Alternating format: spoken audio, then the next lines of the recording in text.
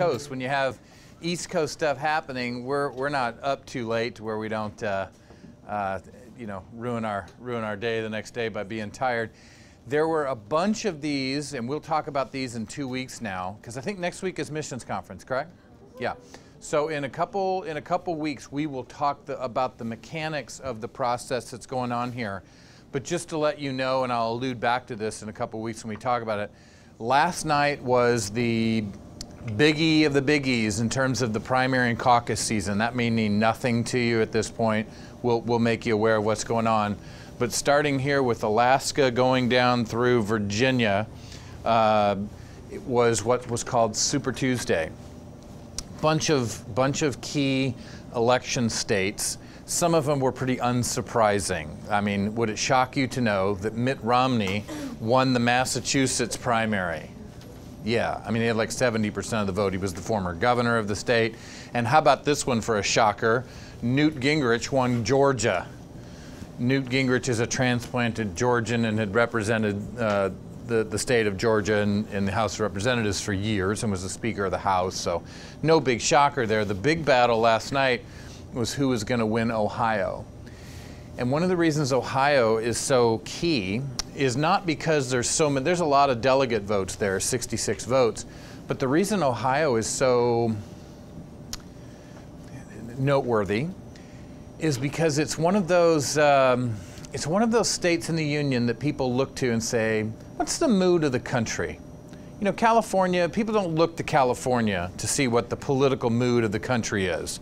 Barack Obama or any Democrat of reasonable character could come out here and insult the people of California, tell us we're all a bunch of losers, and we would still vote 60-40 for the Democrat out here. So you don't really get a sense of, and a Republican could go down to the state of Texas and tell them all they're a bunch of losers and that they need to get a real life, and 60% of those Texans would still vote for a Republican. So those aren't states that we look to kind of give us a sense of where the country's at. On election night here in November, if you're paying attention and, oh, I should have an election party and serve all kinds of fatty snacks and all kinds of good stuff to get you to come, you could sit around and when you watch returns come in from a state like Ohio, fairly early on in the evening because it's a more of an East Coast type state, you'd get a sense of where the election's going to go. So in 2008, when Obama won Ohio fairly handily, not a landslide by any means, but 3, 4, 5 percentage points, that gave us an indication pretty early on that it wasn't going to be a good night for John McCain. And so everybody was watching Ohio last night to see how it was going to go, and it was a big battle between Mitt Romney and Rick Santorum. And for most of the night, Rick Santorum was up somewhere around 12,000, 15,000 votes. And then if you stayed up, you saw that lead dwindle and dwindle and dwindle until, like, in the last hour that they were reporting on it, Romney finally passed him and won last night. How that affects the math of farming out these 66 delegates really didn't mean much. But in terms of bragging rights and claim to momentum and this kind of thing, Romney's got that. So I was kind of thinking that maybe if this had gone more Romney's way last night or more Santorum's way, that we might be able to say we know who the Republican nominee is going to be. But for good or ill, it's not the case. The battle will continue into next week, where you see Kansas, Alabama, the U.S. Virgin Islands are going to have their thing here. And I thought, yeah, Mississippi and Missouri are going to be having theirs as well. So anyway, so the battle will continue. So as we get to it after the break, you'll get a sense of what's going on here and what a national nominating convention are, what is a primary, what's a caucus, how does this have anything to do with how we're electing a president of the United States. You'll want to know that, and we'll address that in a couple weeks. Let's see, it seems like there was one other thing I wanted to mention to you. That'll come to me. We have a little unfinished business from last time I wanted to briefly look at, and so if you have it on you, I wanted to look at George Washington's first inaugural address. The first thing of note, if you have it here in front of you, the first one is about 2.5 pages long at the most. The second one is, well,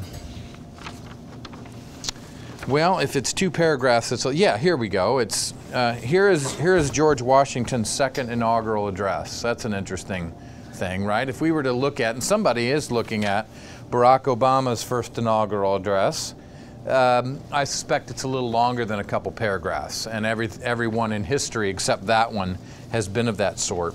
So that one's not a particular note other than its brevity. Any observations from Washington's first inaugural address that you care to make note of before I make a few comments about it? I actually got to touch the, I don't know if they called it concrete at the time. You can go to New York City, and how many of you been to Wall Street? Yeah? Did you see Federal Hall there with Washington's statue standing on it? You can go, if you go to Wall Street for the purpose of sort of seeing the financial center of the world, you can miss a little building that's just up the street from the stock exchange, and it's called Federal Hall. It was the first seat of U.S. government. So when George Washington became the first president of the United States after the Constitution was ratified, he was right there in New York City, right there on Wall Street, before there was a stock exchange and all that stuff. And the first sort of government building was called Federal Hall, and it's still there. It's a reconstructed version of it because the old one burned to some degree. But you can go and take a tour, and in this place is the same balcony that George Washington would have stood giving his first inaugural address, this very address right here. And historians have taken I guess they called it some kind of concrete or whatever it was, the flooring that he stood on is actually right there for you. And they normally don't let you sort of get near it. But I was the first one in there that morning because I had like a noon flight out of LaGuardia. And so I wanted to go and I wanted to see this place before I left town. So I got down there and I was the first one in there, and the docent kind of found out what I was, what I do for a living and my interest. And she said, if you want to touch it, I'll let you touch it. And I loved it. So I got to touch all over the ground that George Washington walked on. You can see the Bible that he swore on when he took the oath of office, just all kinds of neat historical artifacts. Really interesting thing about that building is that at one time in the U.S. history, that one building housed all of the U.S. government. The House, the Senate, the presidency, the courts. It housed it all. Today we've got sort of a little bit more buildings and bigger buildings dealing with this. Gives you an indication that the government has grown in some degree. Anything you noticed about his first inaugural address here? One of the things I want to point out to you is the very specific religious language that is used. You'll see this, or you should have seen it this past week in his farewell address. He gave some thoughts about religion and the role that it plays in our founding government. Look here on. Here it's on page 52. The reason I want to bring this up is because we're going to be looking at Jefferson here today, and Jefferson uses a very less specific kind of religious allusion. It could be called deistic, in a sense that he refers to the benign nature or nature's God, as he does in some of the Declaration. But Washington's very specific in his language here. He says here at the top of page 52, such being the impressions in which I have in obedience to the public summons, repaired to the present station, it would be peculiarly improper to omit in this first official act my reverent supplications to that Almighty Being who rules over the universe, who presides in the councils of nations, and whose providential aids can supply every human defect, that his benediction may consecrate to the liberties and happiness of the people of the United States a government instituted by themselves for the essential purposes, and may enable every instrument employed in its administration to execute with success the functions allotted to his charge. And then what follows could essentially be some kind of prayer. Here's a question for you. Does George Washington, is he violating sort of the separation of church and state by doing this? Maybe I should just ask that rhetorically, because we really haven't talked about this notion of separation of church and state yet. But we kind of live in a day and age, don't we, where we have this assumption, and to a certain extent, the religious communities in the United States have been sort of beaten over the head with this idea of separation of church and state, where we really kind of get the idea that this religious stuff is a private activity that we kind of keep to ourselves. If we want to get together and do it at places like Biola or churches, that's fine. But it really doesn't have much importance publicly. Case in point, a couple years ago, when we were having something called the midterm elections, I came into this class and I was sharing about some of the things that were going on with some political candidates around the country, and there was a woman running for the Senate in Delaware. And you may remember, if it came across your radar screen, she was accused of being a witch. I don't know if you recall this one. Yeah. Anyway, well, she was making a public policy speech to her potential constituents in Delaware, telling them her position on abortion. And she made a pro-life argument for an abortion stance, and she grounded it on biblical suppositions. I mean, fairly important policy speech. This woman came fairly close to being a senator from the state of Delaware, and she made a policy speech arguing for a pro-life view, and she referenced the scriptures as she did it. And at Biola, a gentleman in the back of the room raised his hand and said, "Doesn't that violate the separation of church and state?" What do you think about that? Do you think that that violates something of your understanding of separating church and state, to have a public official making references to God or the Bible? Yeah? My understanding of separation of church and state is that the state doesn't influence the church and the church doesn't influence the state. Therefore, she's allowed to voice her opinion from biblical views, and that's not violating as long as the church doesn't interfere. Okay. Okay. Interesting. You might find, and I wish we had more time in this class, I kind of look for ways to tweak us here and do things in this class. I would really like to spend, especially in an American government intro type class here, talk to you about the role that religion played at the founding of the country. And you're going to get a snippet of it here with Washington in his first inaugural address. In his farewell address, he speaks very specifically about the role that he saw religion playing in our public order. And it had a public role, not merely a private one in people's individual lives or the life of church. In fact,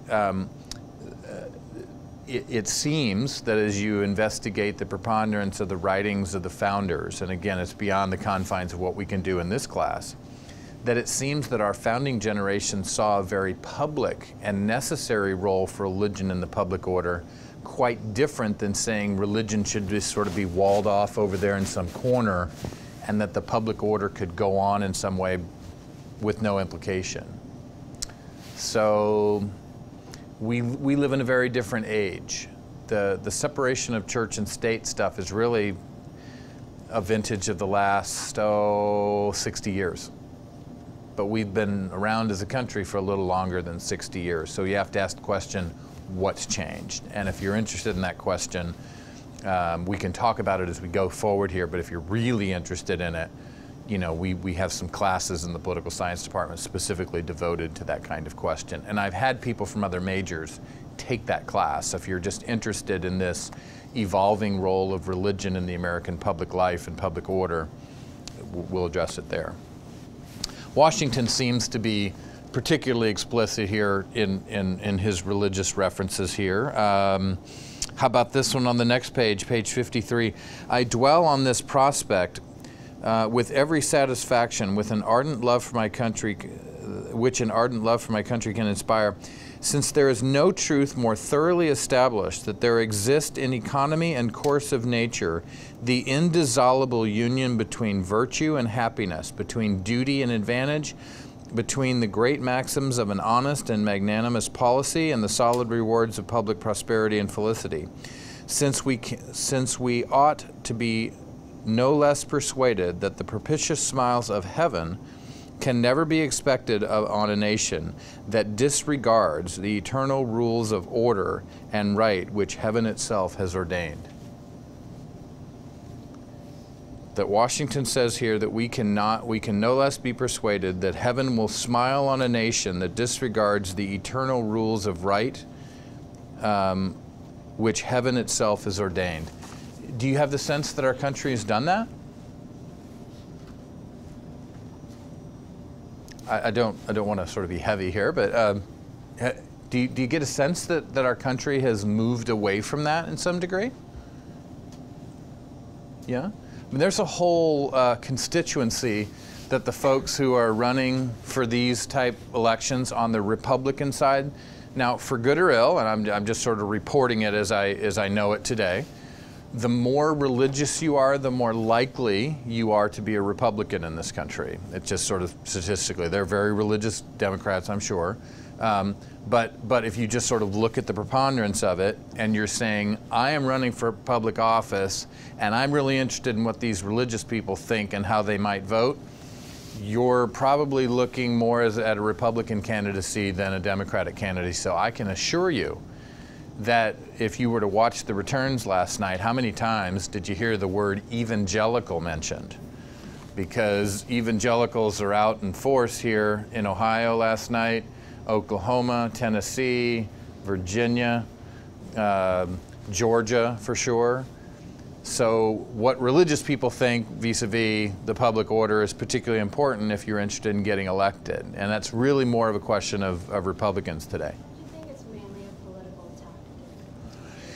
Well, sure, it can be, and that's really those of us who are interested in sort of religion and the political questions have to make the assessment of whether I'm just being played to, or whether there's sincerity here.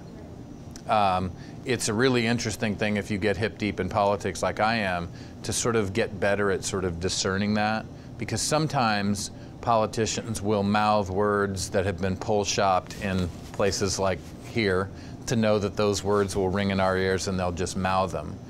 It's another thing to see how they sort of play out. So, yeah, it's a really good thing to look at. Okay, other aspects of Washington's speech here I thought you might find interesting. He refused to take a salary, which he thought would not only save the country some money, but to make a statement that this office is not intended to get you rich, it's intended to be a service office, which is interesting given the fact that Washington is the first, and he's well aware that everything he does will be like walking in wet cement, and he's going to leave a trail, right? And Washington's precedents still to this day hold force. Many of the things that Washington decided to do, Barack Obama pays attention to. Okay, so those were the two main aspects I wanted you to see here, that Washington saw a role for religion. We'll encounter this again in his farewell address as we go forward today. The other interesting thing I thought I would draw your attention to is, in these days, they used to have this little practice of writing the president a love letter after he gave his inaugural address. The Senate would sit down and pen an official love letter, or we think you're the greatest, we're going to be fighting for you, we're with you all the way type stuff. They don't do that today. But here back in 1789, the address of the Senate to George Washington, President of the United States, sir, and then they go on and on and on, and they just wish him the best. And then here's a really interesting thing that we need to think about in light of our current day politics. Here on page 55, there's a sentence that starts, "In full persuasion of this truth." Here's what the Senate says they're going to aim for. "It shall be our invariable aim to divest ourselves or rid ourselves, to say we're going to set these things aside." What are they setting aside? "Our local interests and prejudices and attachments, and to view the great assemblage of communities and interests committed to our charge with an equal eye. We feel, sir, the force and acknowledge the justness of the observation that the foundation of our national policy should be laid in private morality. If individuals be not influenced by moral principles, it is in vain to look for public virtue." So two things there. One is sort of a regurgitation of a statement that things like morality and virtue and these things had a very religious strain, particularly at this time, not only were important privately but publicly. But also what's important here is that the Senate, these senators, stated in public and in this document, which would have been published for all to see, that it was their aim to say, look, when I debate the issues of national importance, I'm going to think about, and the forefront of my mind will be the nation as a whole and not my state. So when I debate issues in the United States Senate, my primary aim will be to think about it not as so much a senator from the state of Virginia, but as an American thinking about what would be good for the country as a whole. That wouldn't be a bad idea for him to think about today. If you know anything about politics today, it tends to get what's called very parochial, meaning that people vote on things for what they think might get them votes back in their home district, and that might be lousy for the country, but it's good for you getting reelected. These guys back in 1789 said, we're not going to do that, or at least that was their aim. So we've started lofty. The question is, have we continued along that line? And then lastly, the thing I wanted to show you was the brevity of that second inaugural address. Says something about the man where he's like, yeah, okay, let's get about the task of governing again and not have some big pomp and circumstance. Okay, well, that brings us then to our business of today. And now Washington will be fading from the scene. And that fact I don't want to be lost on you, because everybody knew that George Washington would be the first president of the United States. There was some concern about who this future president might be, but there was no concern that George Washington would abuse the powers of the office. In fact, everybody knew that he would be likely setting good precedents. So for 8 years, George Washington is president, and then shocks the nation and the world by announcing that he is now going to resign voluntarily from office and not run for re-election, which he was constitutionally eligible to do, by the way. You know, Barack Obama, if he wins in 2012, cannot run in 2016 again. When did that change, you think? A little after. Yeah, okay, with who? Franklin Delano Roosevelt. Okay, so that 8-year precedent of office stood until 1940. In 1940, Franklin Delano Roosevelt had served 8 years already, and America was looking to ramp up into, you know, still dealing with our fiscal crisis, dealing with the Great Depression, and it looked more and more likely that we were going to enter a European war, which we now know as World War II, and ran for a third term. And that was like, wow, this is particularly shocking. So the first time in American history. So he does win a third term and actually wins a fourth term in 1944, dies shortly thereafter. In the early 1950s, when the Republicans regained control of the Congress and the presidency, the 22nd Amendment is passed, codifying into law that you can only have 8 years. But all that to say, what Washington does carries a lot of weight, and there's a lot of ambitious people who were president that probably could have been re-elected prior to that out of respect for Washington as president didn't. So that's one of the important things.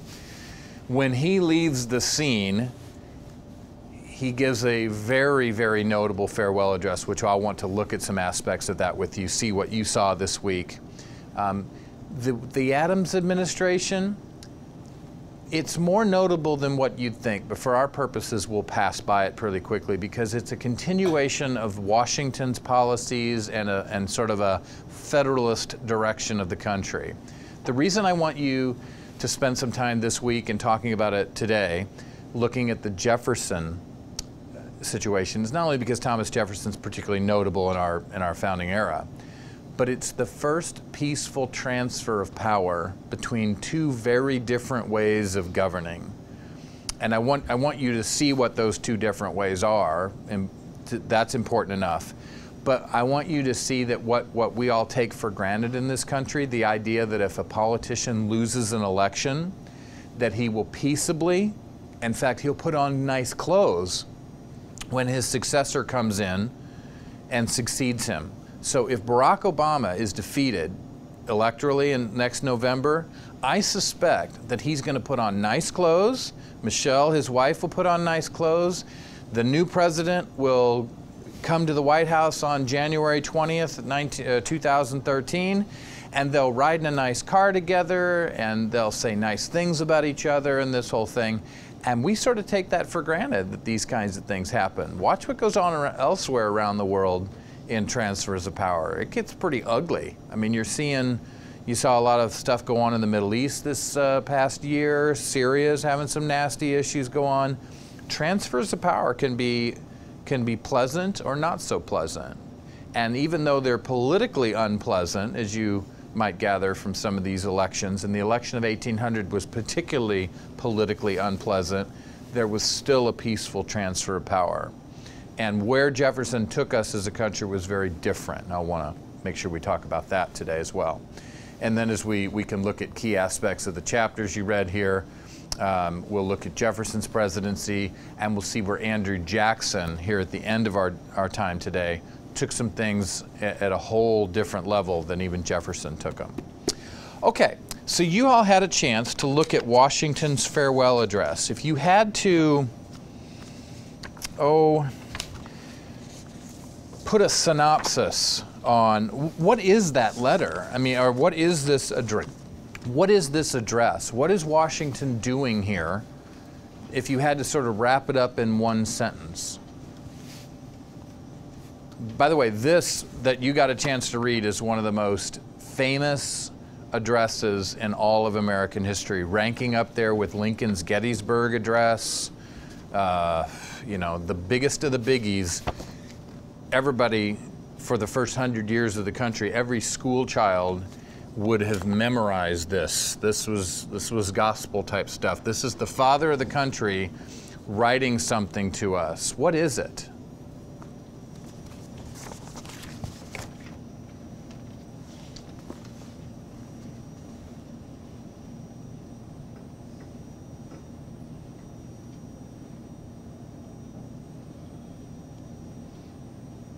Don't just tell me it's a farewell address. You want to take a shot? Yeah. Yes. Very good. It is a series of recommendations and fatherly, as the father of the country, giving advice to the nation about what to pursue and what to avoid. And people will still refer back to Washington's farewell address today, and they'll say, George got it right, he told us to avoid this or pursue this, and we're ignoring it, blah, blah, blah. So yeah, this is a recommendation letter. So what did you see in your reading here that he recommended either to pursue or to stay away from? There's about 6 or 7 very key things here that as he gives us a letter of advice for us to see. Yes? Ooh, wow, good. Okay, and he said, hey, I think political parties are great. We should form political parties right away. Okay, so let's see if we can find that one first. Do you have that noted somewhere? Okay, it's on page, for some reason the page number is scratched out here. What page is this? It's not on page 217, so I guess it would be the next page, 218. It starts at the top of the page, the alternate domination. Is that where you were thinking?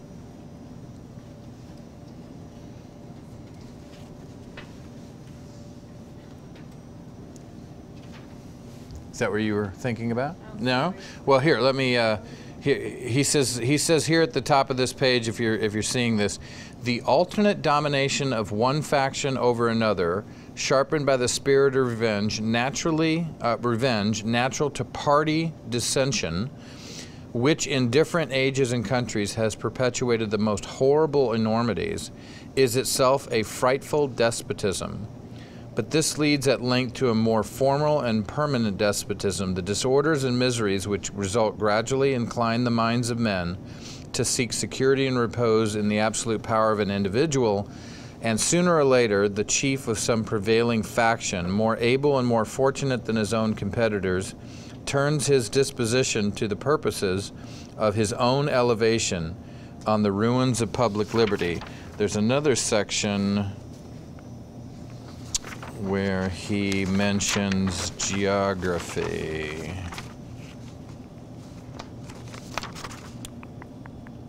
Ah, yes, down here on 216, down here at the bottom, that last paragraph going on to 217. In contemplating the causes which may disturb our union, it occurs as a matter of serious concern that any ground should be furnished for characterizing parties by geographical discriminations, north and south, does that sound familiar? Atlantic and western, whence designing men may endeavor to excite a belief that there is a real difference of local interest and views. One of the expedients of party to acquire influence within particular districts is to misrepresent the opinions and aims of other districts. You cannot shield yourselves too much against the jealousies and heartburnings which spring from these misrepresentations. They tend to render alien to each other those who ought to be bound together by fraternal affection.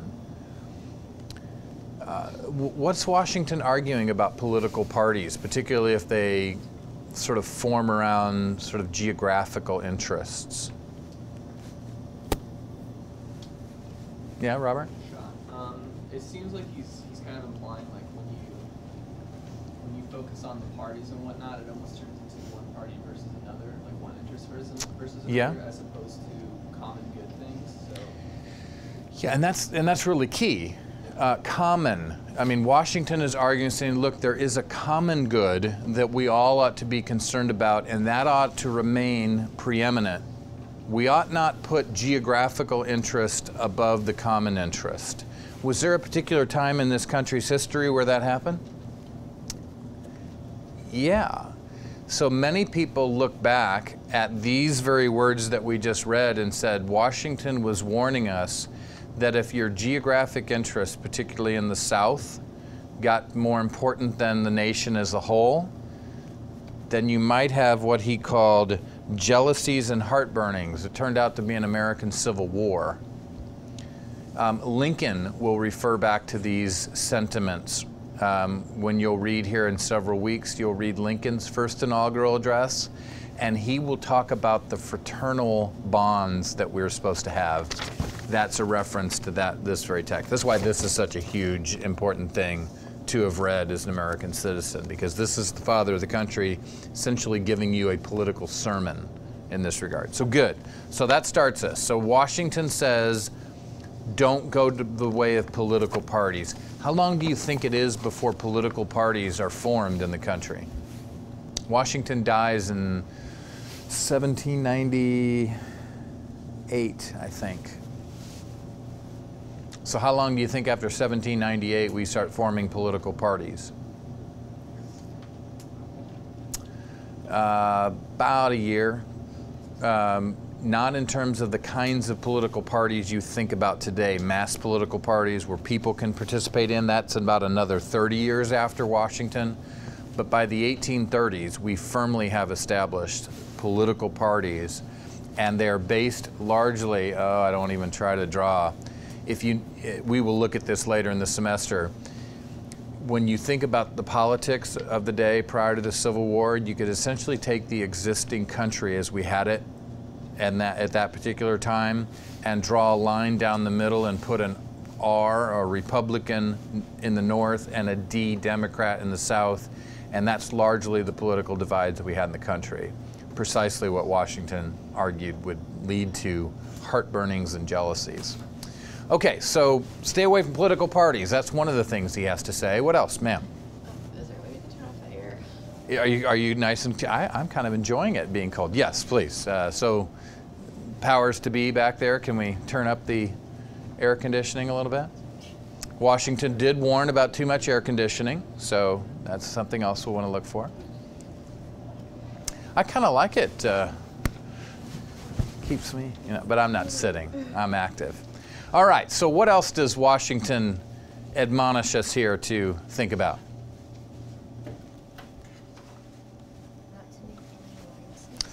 Foreign alliances. That's here. Do you have a page number on that?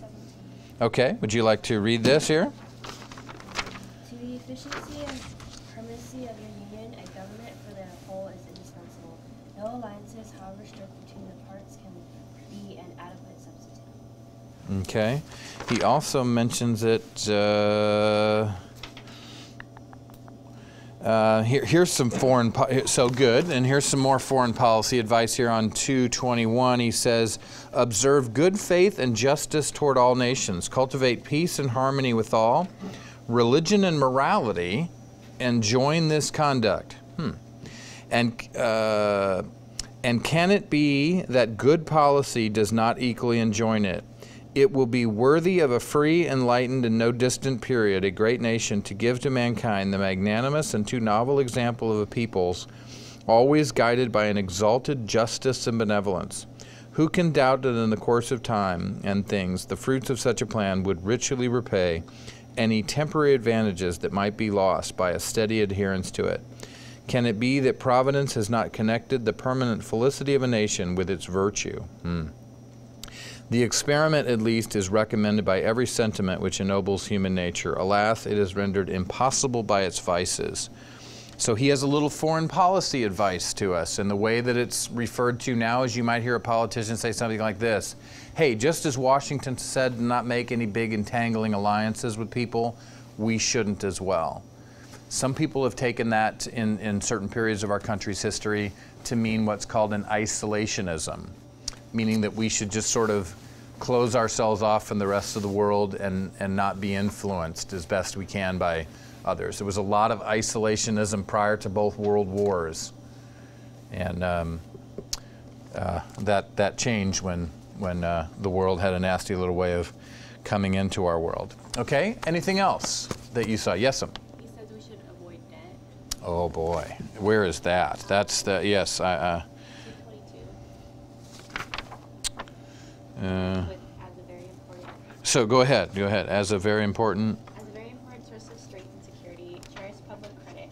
One method of preserving it is to use it as sparingly as possible, avoiding occasions of expense by cultivating peace, but remembering also that timely disbursements to prepare for danger frequently prevent much greater disbursements to repel it, avoiding likewise the accumulation of debt, not only by shunning occasions of expense, but by vigorous exertions in time of peace to discharge the debts which unavoidable wars have occasioned, not ungenerously throwing upon the prosperity that burden which we observe ought to bear. Yeah. Wow, interesting, huh? So the reason that he would have been speaking to us about the avoidance of public debt of such degrees that it kind of hamstrings a nation is because the country in its revolution accumulated a lot of debt that the state level, the federal government took that on, and Alexander Hamilton, who you see on $10 bills today, had a large role in putting the United States on a firm fiscal foundation, and debt was very, very low, and Washington says it ought to stay that way. We're over $16 trillion in debt now, and that's scary. I mean, it's not just a number. Washington may come out of the grave someday and quote those words to us, wouldn't he? All right, so staying out of debt is another thing. What else? These are good. You guys are catching them.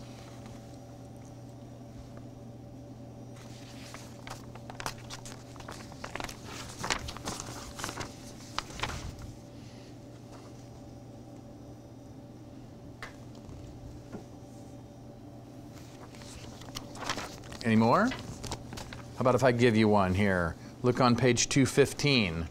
He continues to admonish us, as a good Federalist would, about the necessity of a strong union.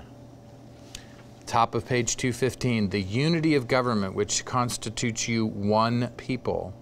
is also now dear to you. It is justly so, for it is the main pillar in the edifice of your real independence and support for your tranquility at home, your peace abroad, and your safety, your prosperity, of that very likely liberty which you so highly prize.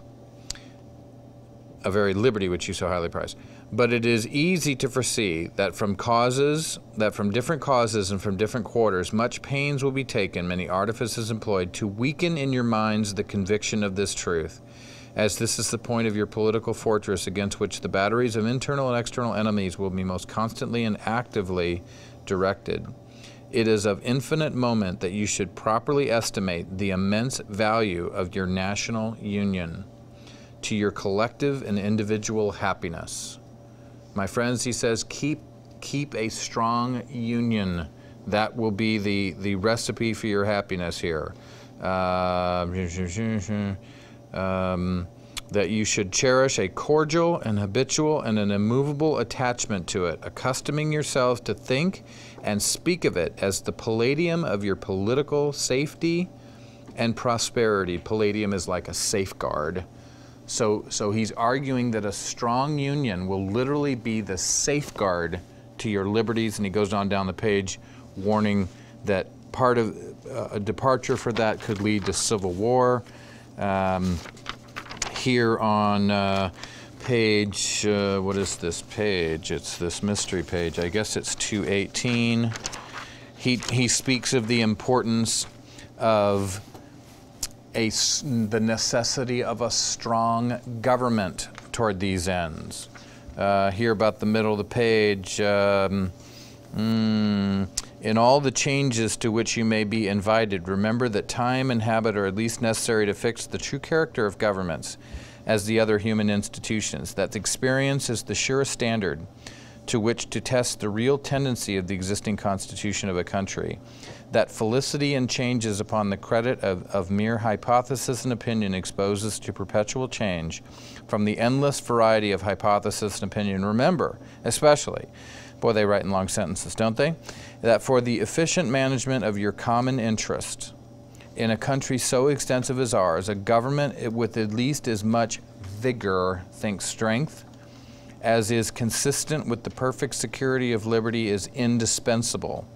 Liberty itself will find in such a government with powers properly distributed and adjusted its surest guardian. Boy, think about how much we had learned in 10 years.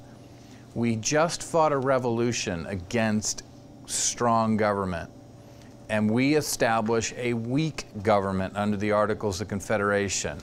Washington and the Federalists win, and that the new Constitution is established with a strong government. He's fading from the scene here, and he says, if you want your liberties protected, you better keep a strong government. Now, I had the chance. Did any of you do speech and debate in high school? No? Oh, I had some students yesterday that did that. Well, I got a chance to be a judge in a speech debate tournament. And they have these things called Lincoln-Douglas debates. And in these Lincoln-Douglas debates, it's generally a mano-a-mano, pretty intimidating environment, where you and your opponent debate a resolution, and you either take the affirmative or negative on the issue. The resolution was roughly that personal liberty is more fundamental and more important than economic security. Personal liberty is more important and more fundamental than economic security. So in this debate, I had a young lady standing in front of me who was arguing the affirmative on that. And she was arguing that economic security takes a back seat to people's personal liberties. The negative on that argued the opposite. And I had to judge who made the better arguments and this kind of thing. What do you think in this regard? What do you think is more important?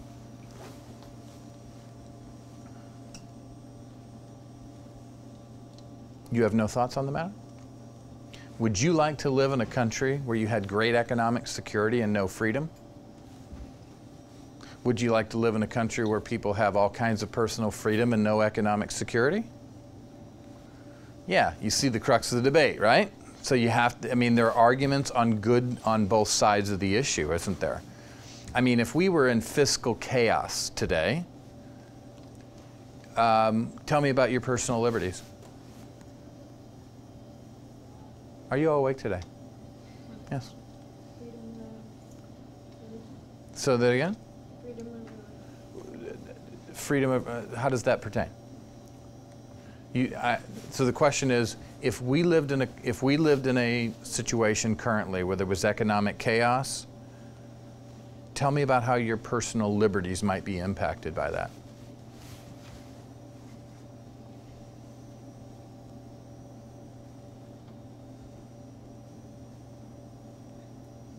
A couple high school students come in here and school you guys on it apparently, huh? Well, they had some really interesting arguments.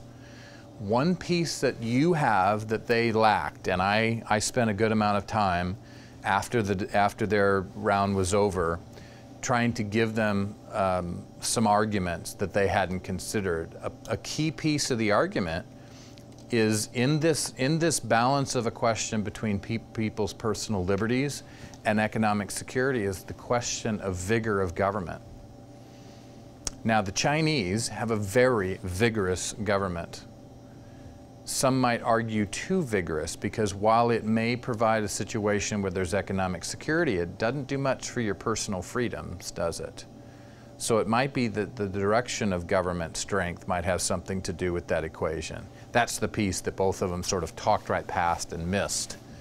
And the really interesting thing was, at the beginning of the debate, they come up and they speak very formally to you as a judge, and they ask you something. May we know something about you, sir, so that we can tailor our arguments? And I was aware that they would ask this in the orientation, and I said, do I tell them I'm a PhD in political science? Do they want to know? And they said, oh yeah, they'll really want to know that. So I said, I have a PhD in political science with emphasis in political theory, which is where they're arguing in. And the young lady in there went, cool, because she thought we're going to take this to a whole nother level. The guy, he got red. He got really red. So it was fun though. Anyway. So anyway, you guys could weigh in on that debate. Here's one of the last biggies I want you to see here. Look at and these words right here are like, wow, amazing in terms of what we may need to think about today. This is on page 220. And of all the things that are notable in Washington's farewell address, this is probably the most notable thing that people still turn back to, and that they make reference to the fact that of all the things we've done as a country that has moved away from where Washington would have wanted us to go, this might be the most notable. Here in this first full paragraph, of all the dispositions and habits which lead to political prosperity, religion and morality are indispensable supports. In vain would that man claim the tribute of patriotism who should labor to subvert these great pillars of human happiness. The firmest props of the duties of men and citizens, the mere politician, equally with the pious man, ought to respect and cherish them. A volume could not trace all their connections with private and public felicity. Let it simply be asked, where is the security for property, for reputation, for life, if the sense of religious obligation desert the oaths, which are the instruments of investigation in courts of justice? And then here's the famous words. And let us with caution indulge the supposition or the suggestion that morality can be maintained without religion.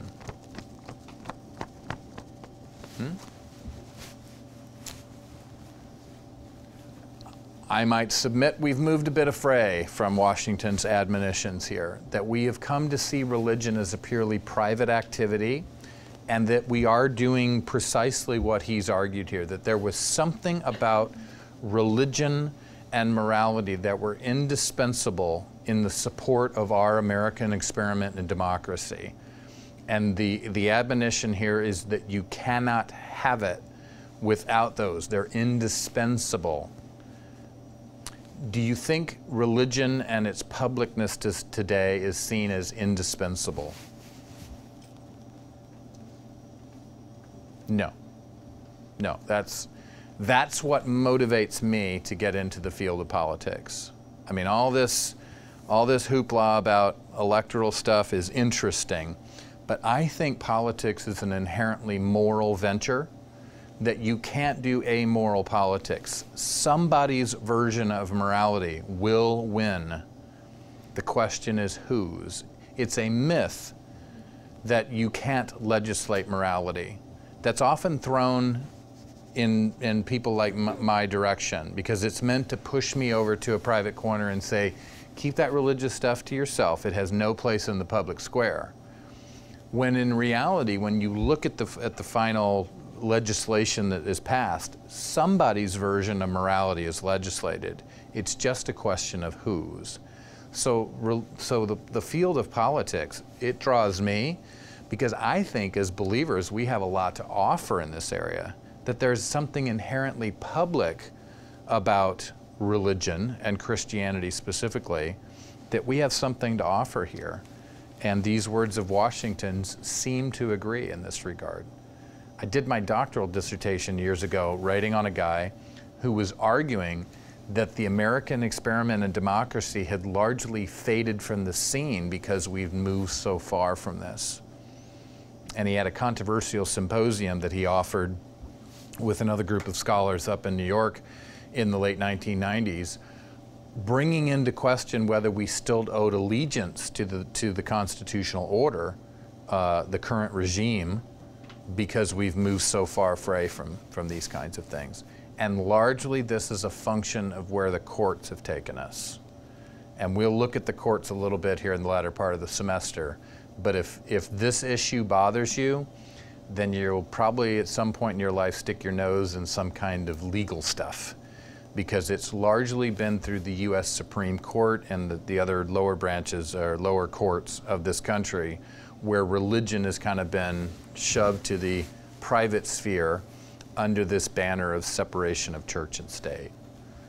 And by the way, of course, the standard line, of course, that when you talk about this is when you read the Constitution, you would never read separation of church and state, will you? Does anybody have a clue where that sort of phrase comes from?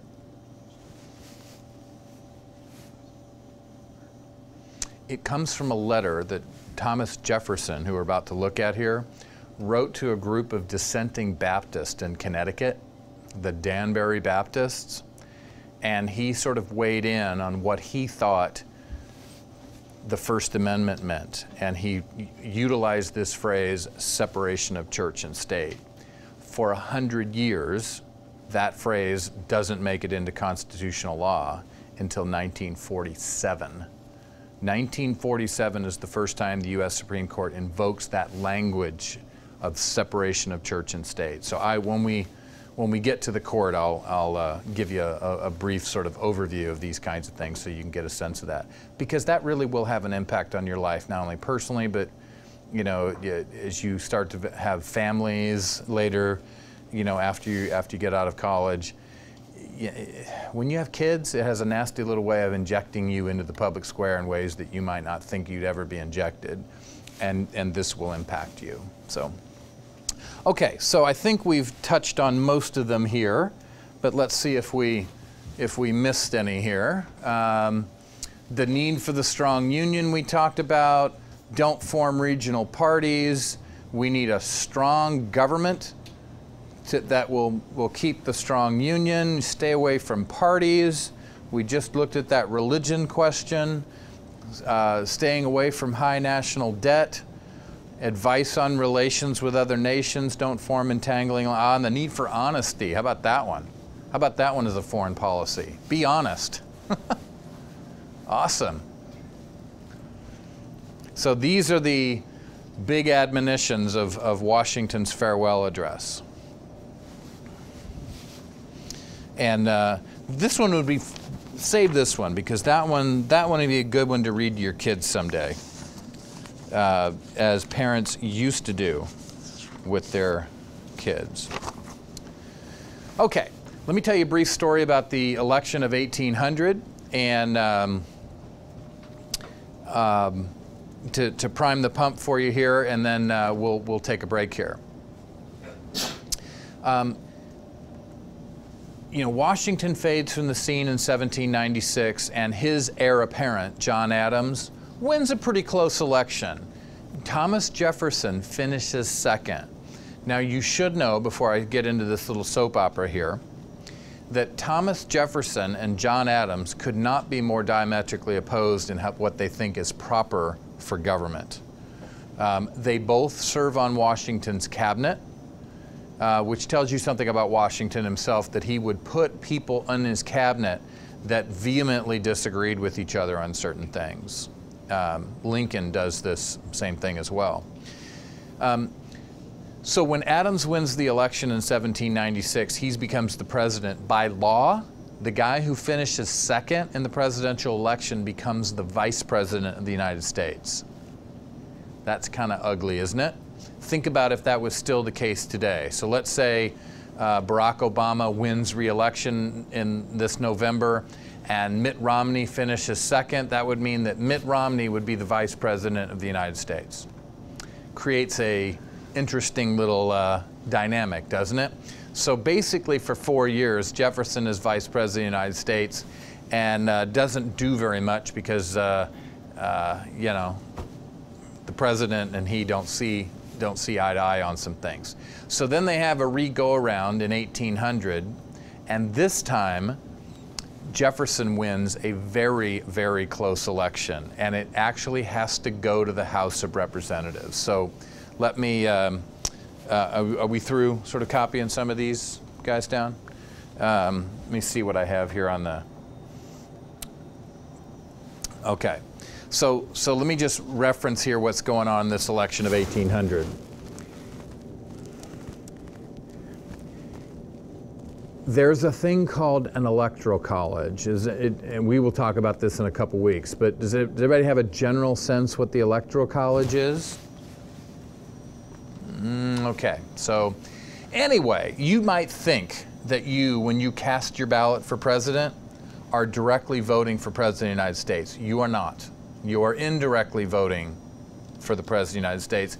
We have this thing called the Electoral College, and on November 4th, or whatever the date will be this year, we'll have 50 different elections that'll take place in the United States, and 50 different states will therefore cast their electoral votes for the next president of the United States. The magic number you need to get to today is, that is delegates for the Republican nomination. It is 270 today, right? It's the magic 270. Back then it was something short of 270 because we didn't have 50 states.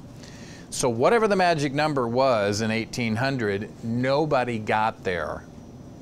So if you get into these 3-4-way elections, today we generally have just, a Republican and a Democrat are running, and unless there's some third-party candidate out there winning some state elections in some way, you're generally not going to have this scenario come to be.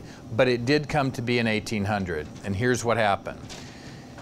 Jefferson and Adams and Aaron Burr and some other candidates all are running for the presidency, and they all win some electoral votes, and nobody gets to the magic number to be president.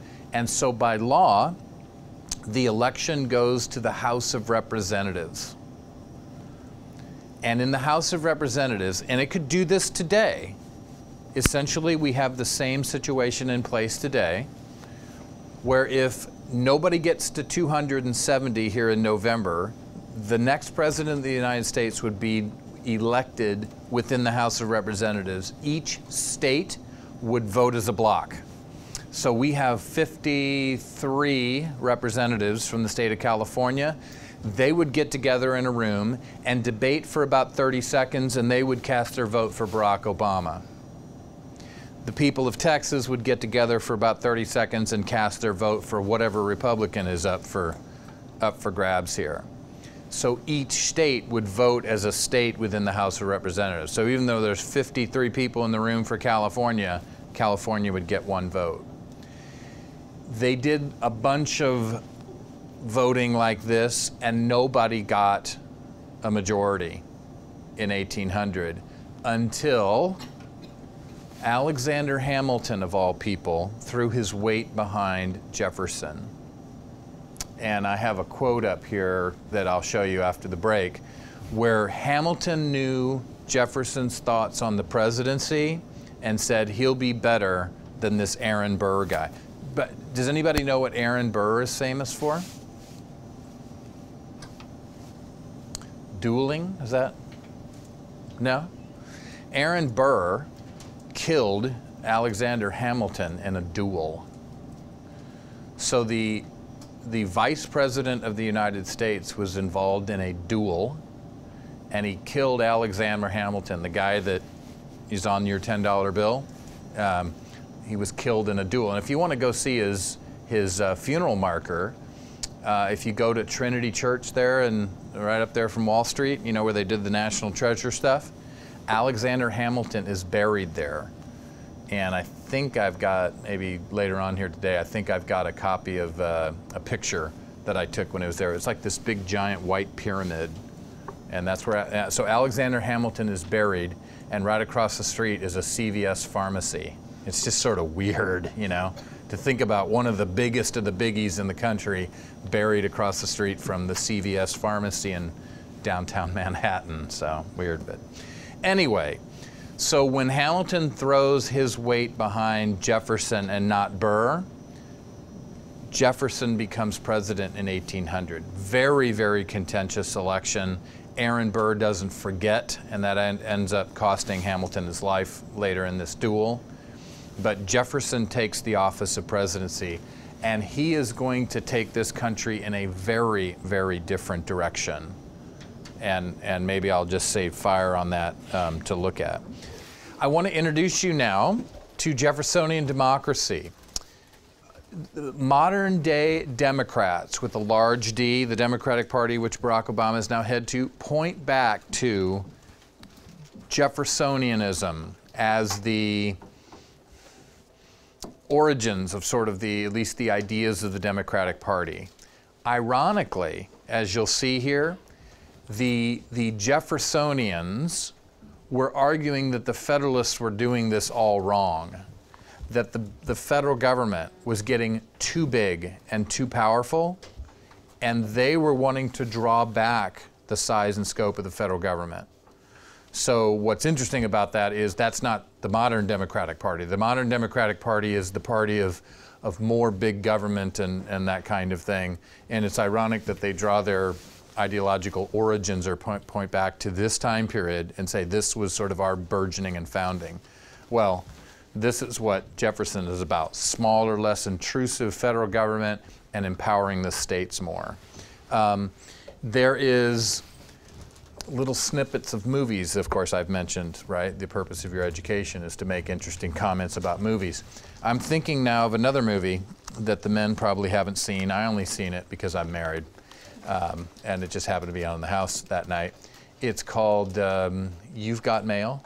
Yeah, ladies, have you seen this movie, right?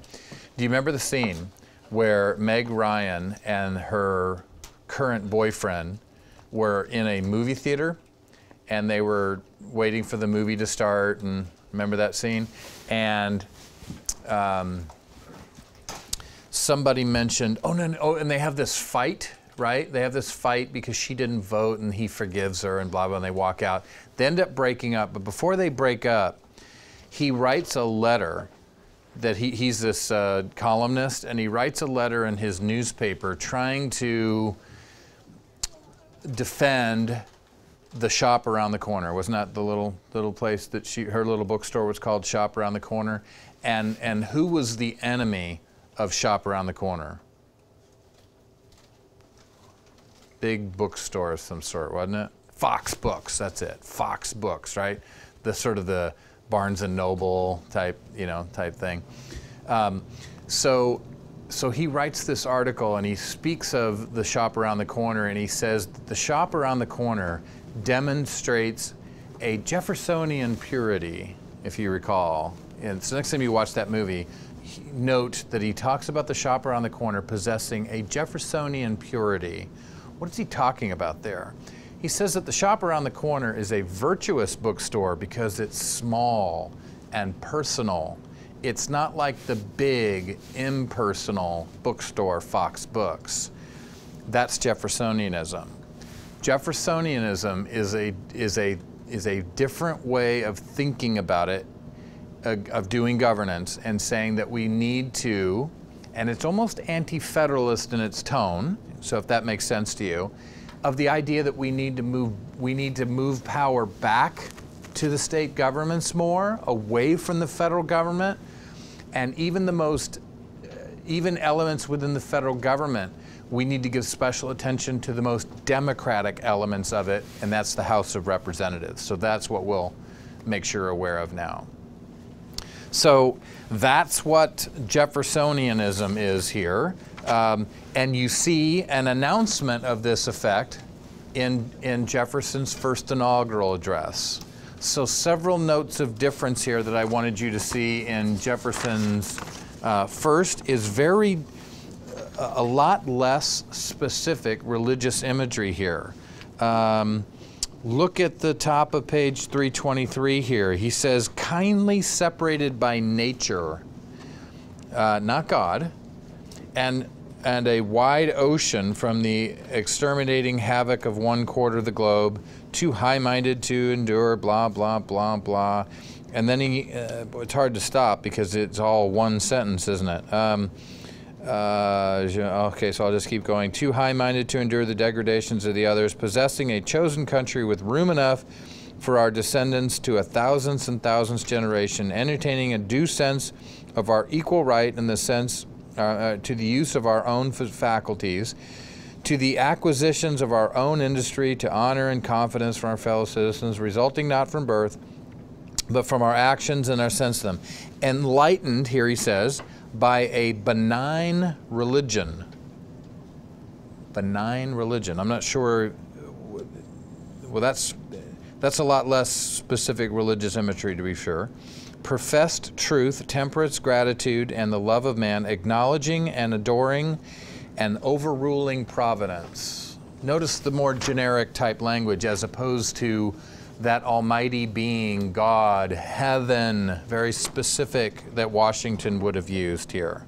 So this is where you start to see Jefferson has a different view of religion in the public order, and it plays out in our current day with people just sort of citing separation of church and state. And again, that's a whole different discussion, but you get a snippet of the fact that Jefferson took a very different view on religion and its role in the public order, to a certain extent.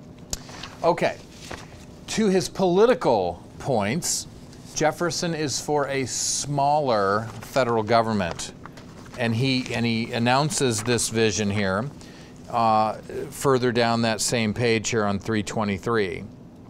Still one more thing, fellow citizens, a wise and frugal government. What does frugal mean? Cheap, small, not spendthrift. So a wise and frugal national government is the way to go, says Jefferson. Where did I leave it? Which shall restrain men from injuring one another, shall leave them otherwise free to regulate their own pursuits of industry and improvement, and shall not take from the mouth of labor the bread it has earned. This is the sum of good government, and this is necessary to close the circle of our felicities. If you want to have good government, you go small, says Jefferson. Smaller central federal government, and push power to the states. That sounds a lot like that anti-federalist stuff that was going on, but don't mistake Jefferson for a pure anti-federalist, and you'll see why as we go forward here. Then, where does he say, yes, he's a states' rights man here. Notice this in this next paragraph.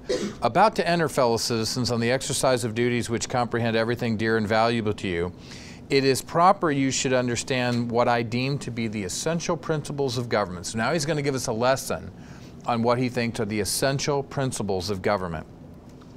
I will compress them within the narrowest compass they will bear, stating the general principle but not all of its limitations. Equal and exact justice exact justice to all men, of whatever state or persuasion, religious or political, peace, commerce, and honest friendship with all nations, entangling alliances with none, well, that's a continuation from Washington, the support of state governments in all of their rights, and here it is, as the most competent administrations of our domestic concerns. What Jefferson was concerned about was that the national government was starting to involve itself in things that were purely domestic in their concerns. And what Jeffersonian democracy seeks to do is take domestic concerns and say that's the proper purview of state governments to deal with, not the national government. The national government only deals with foreign affairs. That becomes harder to separate as the country goes forward, but that's the Jeffersonian project. It is an attempt, in their view, to re-democratize American government. The Federalists were becoming too monarchical, he said. And not for bad reason, to a certain extent. I may have mentioned to you that John Adams, we were talking about Adams during the break, Adams, when they were debating about what the president's title should be, Washington's title, advocated that it should be something like His Most Royal Highness, His Highest Majesty, the President of the United States. Washington, in his wisdom, said, I think President will be fine, thank you, and didn't go that way. But there was almost a monarchical spirit to some of these Federalists that Jefferson wanted to make sure was not the case. So how did he dress? He actually greeted foreign dignitaries in the equivalent of a flannel and blue jeans. So you're an emissary from France showing up to the White House, and here's the President of the United States showing up dressed like a unkempt college student. And he was doing this not to show disrespect to these foreign dignitaries, who often took disrespect by the man the way he was dressed, but he meant to show that this office is not monarchical. So Jefferson is, and you'll see Jackson take this to the whole nother level, trying to portray himself more as a, not so much a man of the people, but not a monarch. Jackson will portray himself as a man of the people, and that's where we start political parties, and you'll see there's a connection. One thing I forgot to mention is that in this election that was very contentious, in your lifetime, was the 2000 election on your political radar screens? Do you remember that highly contentious Bush v. Gore type, sort of? Probably early for you. That's the biggest contentious election that we've had in our lifetime. If we have a razor-thin election, I mean, literally that election in 2000 was decided by 537 votes in the state of Florida. If 538 people more had voted for Al Gore in Florida, Al Gore would have been president in 2000. That's how close that election was. Well, this was a very close, contentious election in 1800, and everybody wondered what Jefferson would do when he got to the podium and addressed the country. Would he gloat? Would he announce that the oppressors had been vanquished? What was he going to do? Well, he used conciliatory language. Yeah, here. And this is some very famous verbiage that when you have a contentious election, so make note, when you see the next really, really close election, of which the last one was not, Obama won fairly comfortably last time. But if the next famous close election we have, some president is going to stand at a podium and allude back to this kind of sentiment. Bush did it, and others in history have had close elections referring to this. Let's start with here on page 322. Let us then, fellow citizens, about a third of the way down the page. Let us then, fellow citizens, unite with one heart and of one mind. Let us restore to social intercourse that harmony and affection without which liberty and even life itself are but dreary things. And let us reflect that, having banished from our land that religious intolerance, under which mankind so long bled and suffered, we have yet gained little if we countenance a political intolerance as despotic and wicked and capable of as bitter and bloody persecutions. During the throes and convulsions of the ancient world, during the agonizing spasms of infuriated man, seeking through blood and slaughter. Isn't this lovely to read in your first inaugural address? Blood and slaughter and his long-lost liberty. It was not wonderful that the agitation of the billows should reach even this distant and peaceful shore. So he's speaking of the fact that we've just spilt a lot of political blood during this last election go-around, that this should be more felt and feared by some and less by others, and should divide opinions as to measures of safety. But here's the famous words. But every difference of opinion is not a difference of principle. We are called by different names, brethren of the same principle. We are all Republicans and we are all Federalists. Those words would have been, wow, seen as very conciliatory, because that battle in 1800 was a battle between two different governing ideologies. What you're familiar with now, the Federalists, and he refers to them here, and a group of people known as the Democratic Republicans. They're not political parties yet. Political parties like, hey, are you a Democrat or Republican? I'm asking, hey, you seem to be a sort of an ordinary American. Are you in a political party? In this day and age, ordinary Americans were not part of mass political parties. This was a game played by elites. So Jefferson would have been an elite in society, and the Democratic Republicans were a group of political, legal, academic elites who had a different way of thinking about governance. And that was the battle of 1800. At the end of the day, though, Jefferson has the character about him to stand at a podium and say, we're all Republicans, we're all Federalists. In other words, what he's saying is, after the election, we need to remind ourselves that we're all Americans, and that there's something higher here that we're about other than electoral contests. And these are very famous words that he uses here.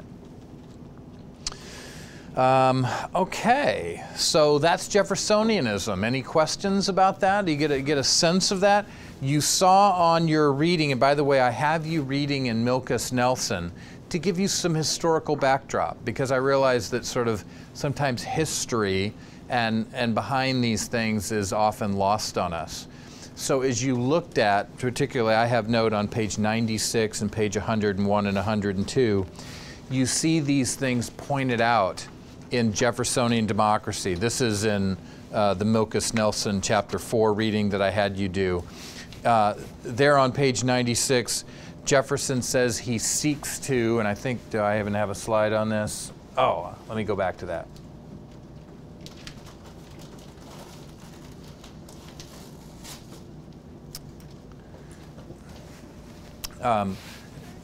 Here, what Jefferson is about is to say the Jeffersonian democracy is a new way of governance in which we will re-democratize the American system of government. And what that means is that things that the federal government is starting to play in the domestic sphere, he's going to reallocate and put to its proper sphere the states. But where the federal government has proper place, he sees a strong government. This is why he's not purely an anti-federalist, because Jefferson, where the federal government is proper, is going to exert a lot of governmental energy, particularly in the presidency. And Hamilton knows this. This is why Hamilton gives him his support. So we'll talk as we go forward now about Jefferson and the presidency. Very, very key for us to see here. Let me go back now to this quote. So this is a quote of Alexander Hamilton saying, this is why Jefferson, I think, would be a better president than Aaron Burr. It's not true, as it alleged, that Jefferson is for confounding all the powers in the House of Representatives. It is a fact which I have frequently mentioned, that while we were in Washington's administration together, he was generally for a large construction of the executive authority and not backward upon it. Fancy language for saying this guy sees the importance for a strong, energetic executive. And that was Hamilton's #1 thing on his hit parade. So if he has to make a choice between Jefferson and Burr for president, he'll take Jefferson. And this is the sentiment that pushes it behind. Here's another key piece of Jeffersonianism. Whatever aspects of the national government are most empowered, he thinks that the House of Representatives ought to be really one of the most powerful elements of the federal government because it's most closely tied to the people. So again, why would the House of Representatives be seen as most closely tied to the people? What do you know about the House that would give you indication about that?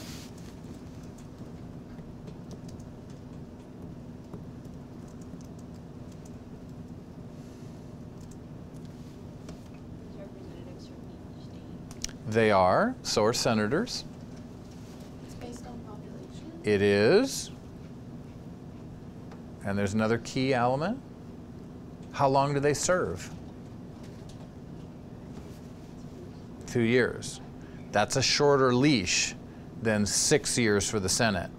When you elect a senator in your state, they've got a 6-year leash. That's a pretty long leash, right? I mean, you can do something. What did your senator do 5 years ago? I don't know. What did your House member do a year ago? Well, I might remember that. And he's up for election again this year.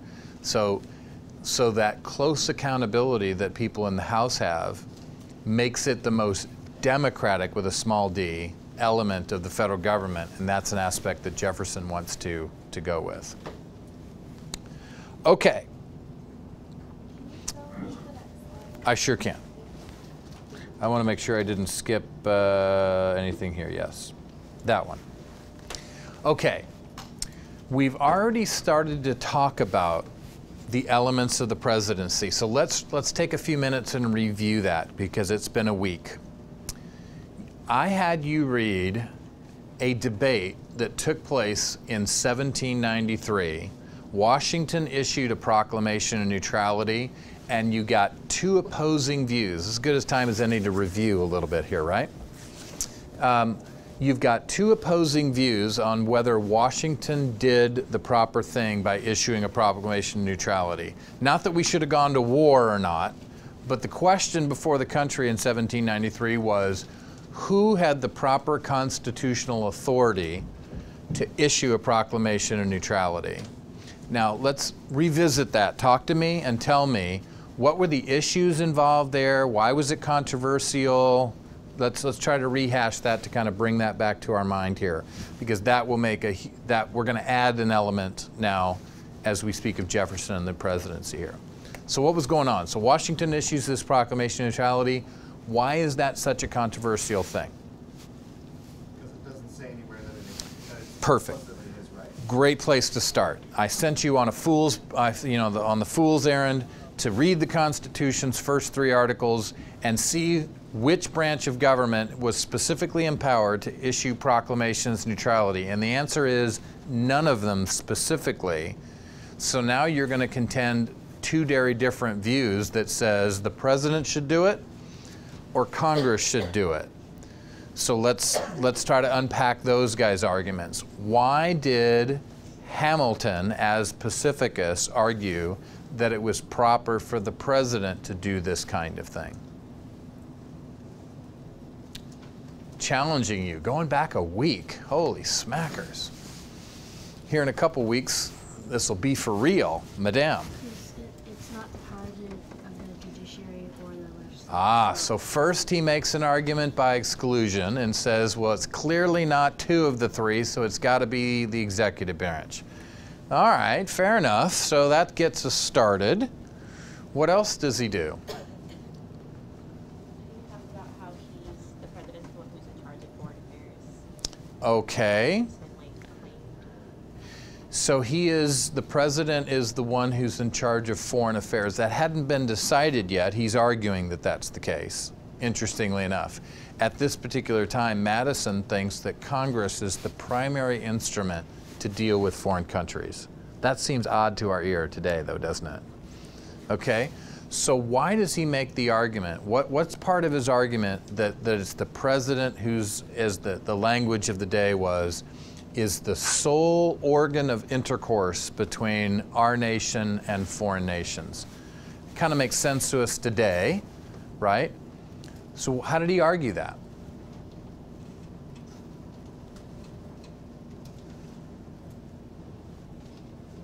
He gets very textual with this. I mean, he alludes us to certain elements of the Constitution here. So I'll pull it out. So do you remember this? This is key. You look like you're going to cite something here now.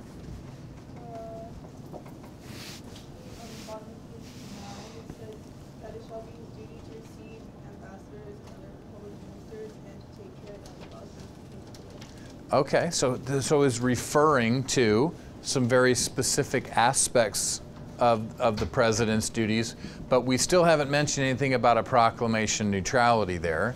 So to this gentleman's point at the beginning here, the crux of the debate is, what do you do with a situation where something's not specifically mentioned? How do you decide who gets to do it?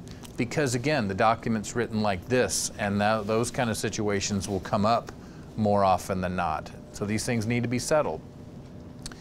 So again, how does he, part of his argument is by exclusion, that he says it's clearly not a judicial function, it's clearly not a legislative function, so it's somewhere within the executive function.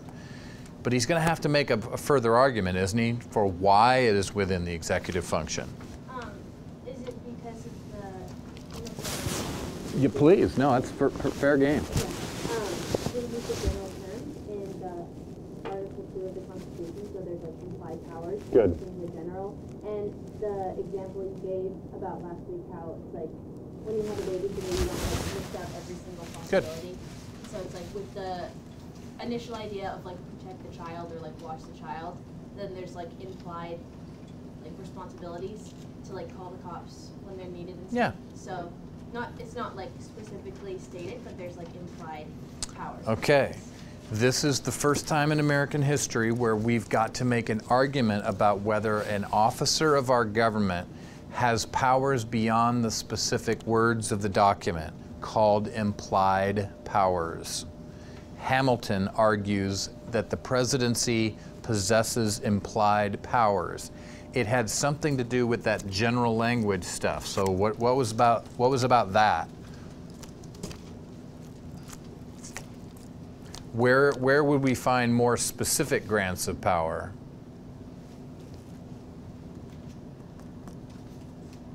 Article 1. Thank you, sir. Okay, good. He draws our attention to the fact that Article 1 is written very differently. All powers herein granted, and then they're listed in Section 8 of the first article. Article 2, he says, is written very differently. It's written like, I charge my babysitter tonight. Take care of the kids. There's, says Hamilton, room for implied powers. So the presidency, unlike the legislative body, says Hamilton, has been granted a broad grant of power, which leaves room for implication or implied power, because you don't know what executives need to do. By contrast, you kind of do need, you do know what legislative bodies need to do. They need to pass laws. There's not much room for implication there, but there is with executives. And that's generally his point, and that's what we're going to add to here today. All right, so we've rehearsed that. What did Madison argue as Helvidius? Why was it improper for Washington to do what he did, and proper for the legislative body? He thinks that the Proclamation of Neutrality should have been issued by a legislative body. Why? So you're saying that the executive branch is only supposed to carry out what the legislative Good. branch sets forth. And Good. that means it's a more narrow implied power. Great. No room for implied powers in that. So this is the essence of Madison's argument as Helvidius. He says, look, this thing deals with something to do with treaty interpretations and treaties and the question of war and peace. That seems to be deliberative in nature, and that's a legislative deal. So this is somewhere within the legislative body. And he says the president by implication is passive, that he can't act until the legislative body tells him to go execute some law, fella. Oh, yes, sir. And he executes laws. So the presidency, according to Madison, is understood very narrowly. This narrow grant of power, he can only do what he's specifically told he can do. And that view of presidential power has been long time ago dismissed as the right understanding of the Constitution. That's why I told you when I drove in to school not too long ago, and this guy was critiquing President Obama because Obama did something that he wasn't specifically told he could do here, and therefore he shouldn't have done it.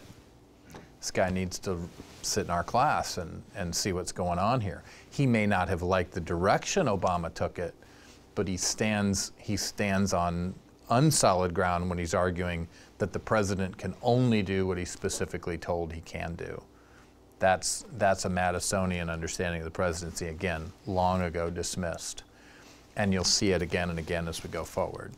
Now let's talk a little Jefferson and see what he adds to this mix, because Jefferson and the presidency is a pretty interesting story.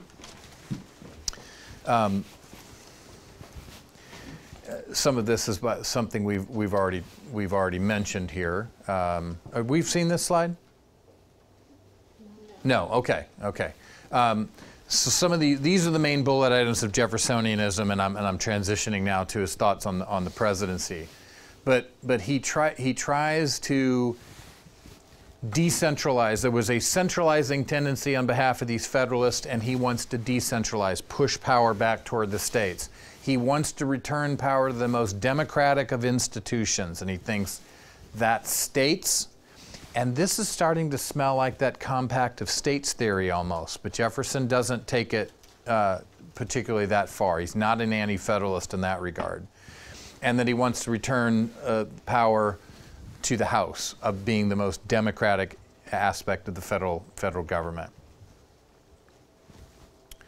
So in general, what he's doing, and this is why the election of 1800 is so key, is because it's the first election in American history where you have a significant change of direction from the Federalist to a very different way of governing.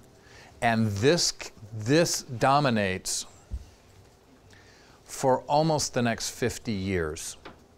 That's how significant this system of government becomes. In a system of government where states have primacy, the southern states start to feel their oats quite a bit. So from the years 1800 to 1850, southern states start to see their preeminency over the Union, and we all know what happened in 1860 over this issue of slavery. This is sort of part and parcel to what's going on with that. Southern states are more anti-federalist than they are Jeffersonian, but the Jeffersonians certainly give them reason to feel their oats in this regard. Jackson, as we'll see here at the end of our class today, takes this to the next level. Instead of just pushing power down to the states, he wants to push power down directly to the people. He's known as Old Hickory, the guy who's the man of the people. And there's a whole story about that, which we'll talk about. Okay, so this is the overall agenda of Jeffersonianism, and now I think we get to his aspect on the presidency, as I recall. Here's another element that I want to introduce to you in terms of the presidency.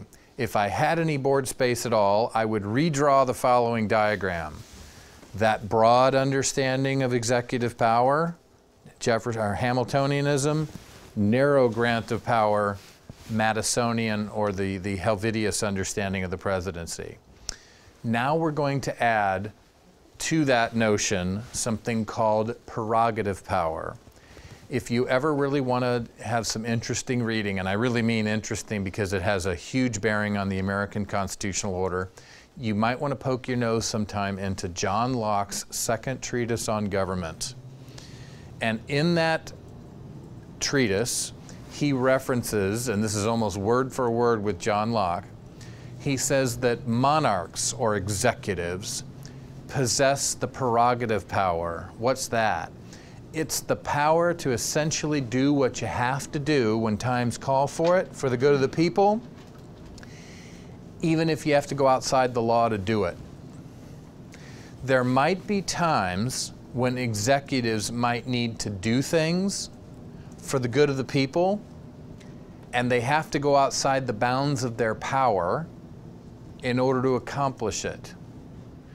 And the most notable example of Jefferson doing this is with the Louisiana Purchase. You all know what the Louisiana Purchase is? I grew up in the Louisiana Purchase in Missouri, right?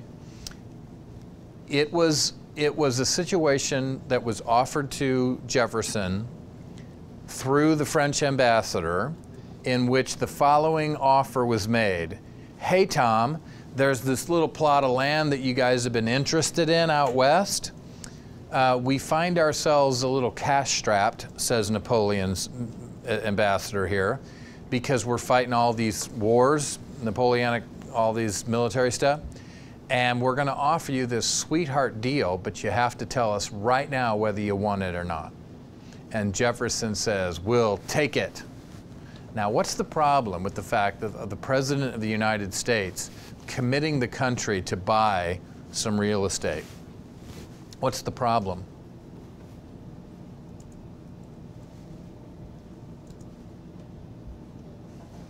He doesn't have that power. Why?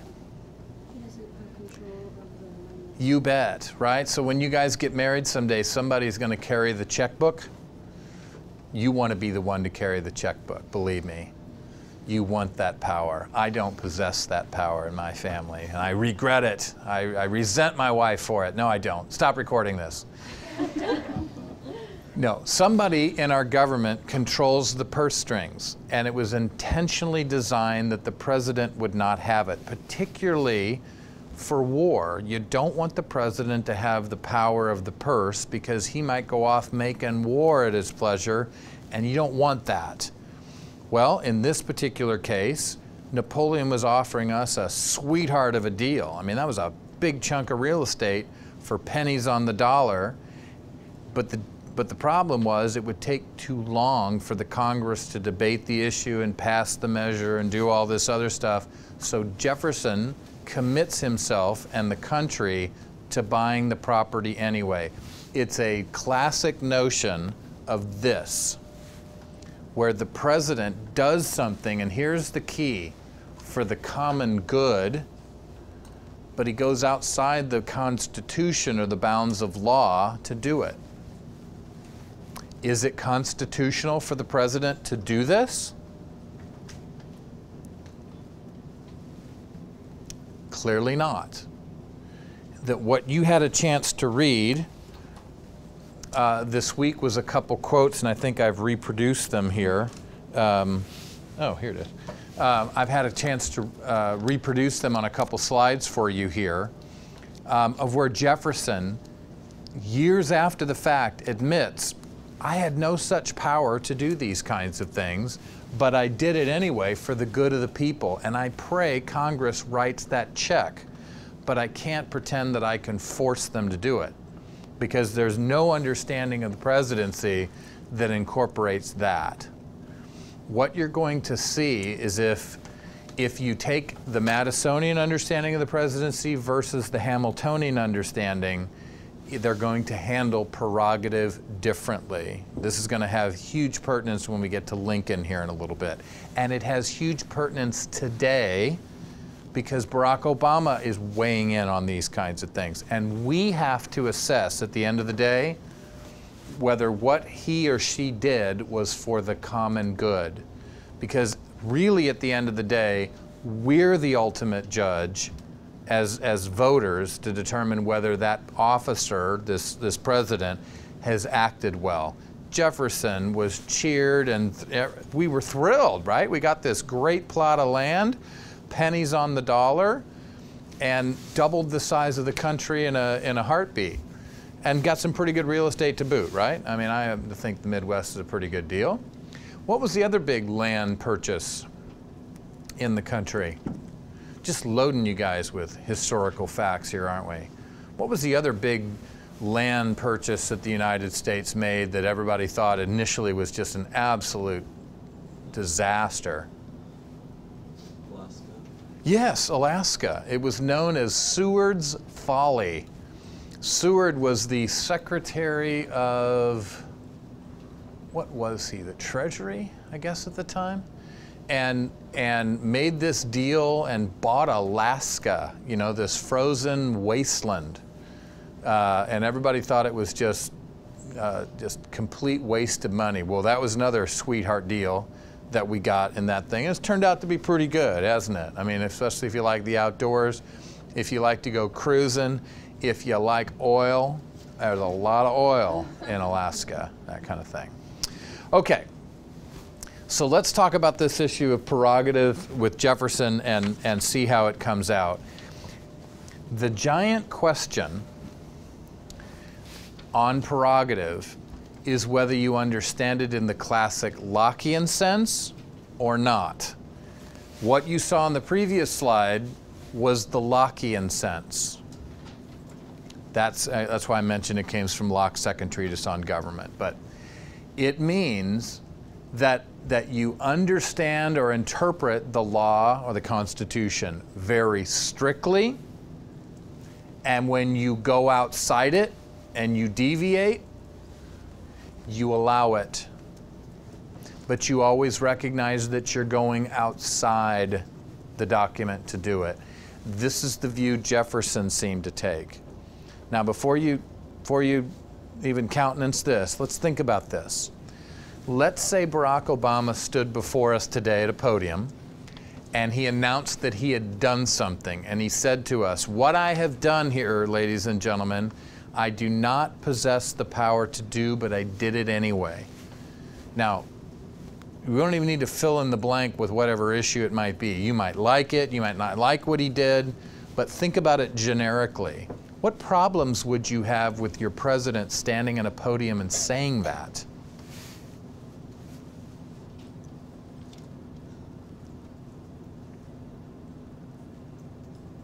It brings up fears of him doing it again. Okay, so I might say, well, in this particular case, I kind of like what you did, but I don't like the fact that you're you're going outside the bounds of your constitutional powers in principle, right?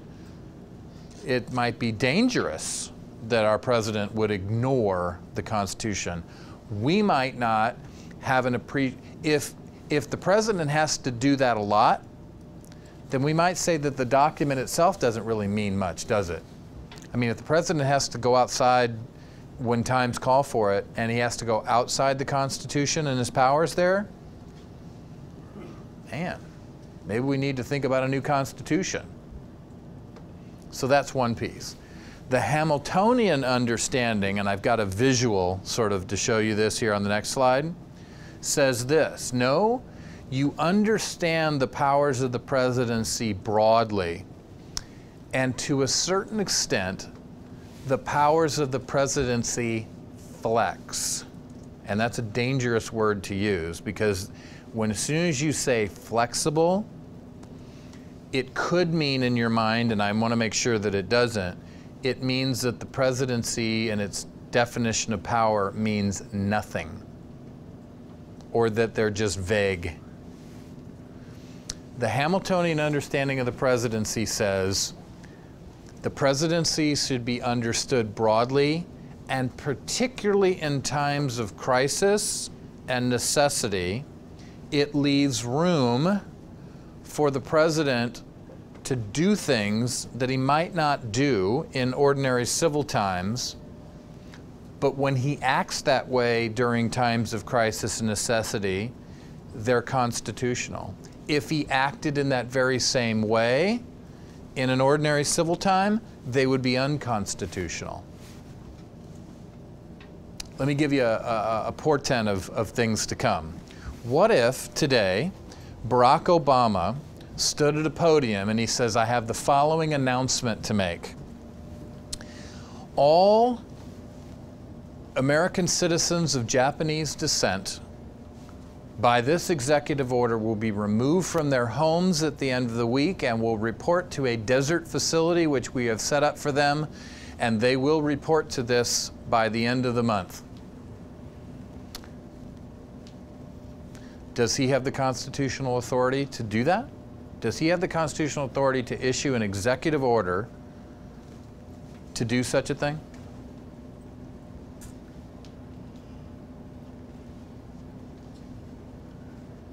Is there any doubt in your mind? Would you fight him on this? Would if there was a protest to such a thing, would you seek to join that protest?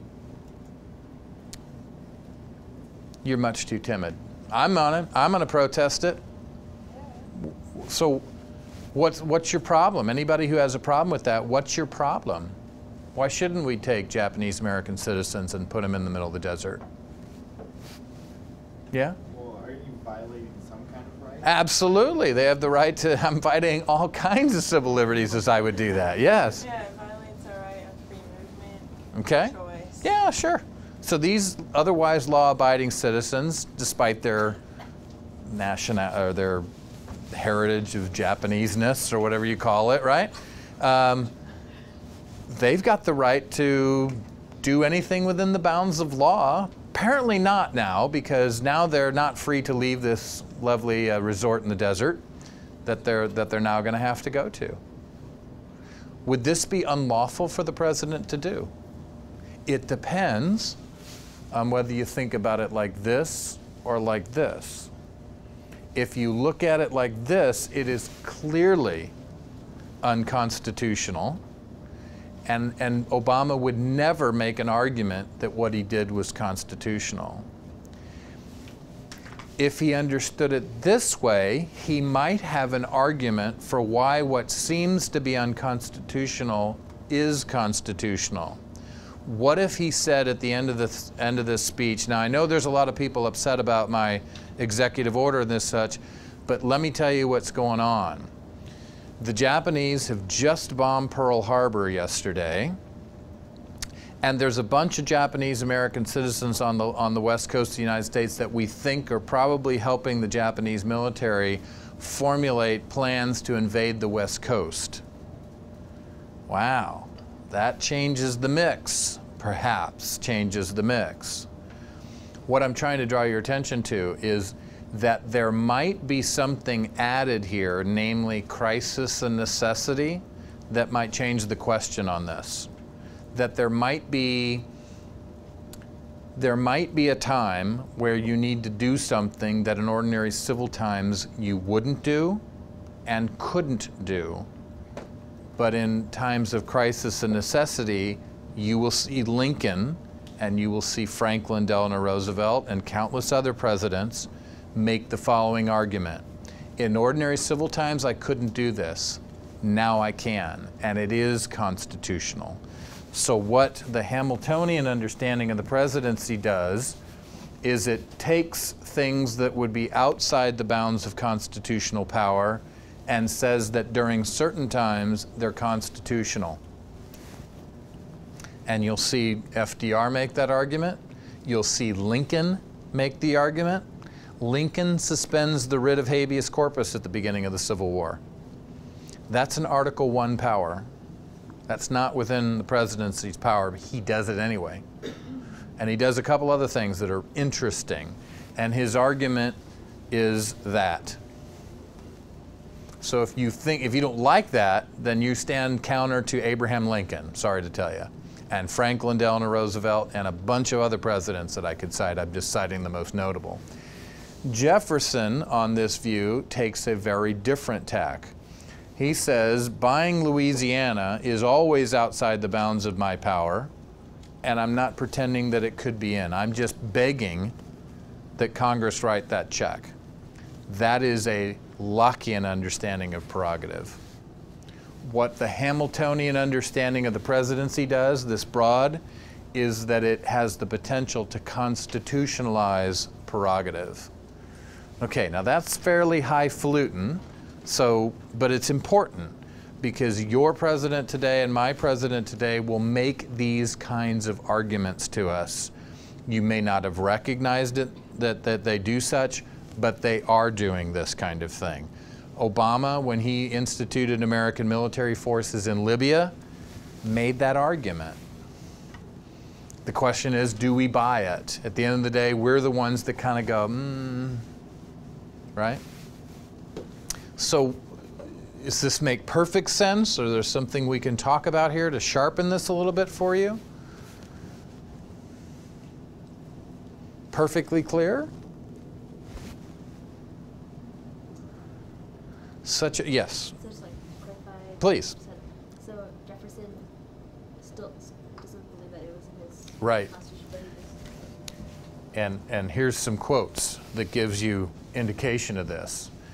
Now, he writes this way after. So even after the ink is cleared and we've got the Louisiana Territory and all this, he said this: the executive, he's referring to himself in third person, in seizing the fugitive occurrence, isn't this wonderful verbiage? In seizing the fugitive occurrence, which so much advances the good of the country, has done an act beyond the Constitution. When I, Thomas Jefferson, bought the Louisiana Territory and committed the country to buying it, I did something that I didn't have the power to do. It's essentially what the first sentence says. The legislature must ratify and pay for it and throw themselves on their country for doing for them unauthorized what we know they would have done if they'd been in a situation to do it. I did it for the good of the country. This is a fancy way of arguing for Lockean prerogative. This was for your good. I did it because it was for the good of the country. I didn't have the power to do it. I just pray that the legislature writes the check. I pretend to have no right to bind you, the legislature. This is Lockean prerogative, just laid out right in front of you. You're going to see Abraham Lincoln make a very different argument. He's going to stand before Congress on July 4th, 1861, and argue precisely the opposite of this. He's going to say, everything I did which people think are unconstitutional were constitutional, and let me tell you why. And then he tells Congress a really long story about a long list of nasty things that have been going on since April of 1861. And that's the start of the U.S. Civil War and acts of terrorism and all kinds of crazy stuff that was going on. Not a bad argument if you're Abraham Lincoln to make. Obama today, if he were to do something like suspend the writ of habeas corpus, I'll tell you what that is as we get to it, or in my example, if Obama issued an executive order taking Japanese American citizens from their homes this week and moving them to the desert, wouldn't have reasons like that, right? Why are you doing this? This is violating their civil liberties. Why are you doing this? We're not at war with the Japanese. There's nothing going on here. Are you just doing this for fun? What are you doing this for? He wouldn't have a good argument to make.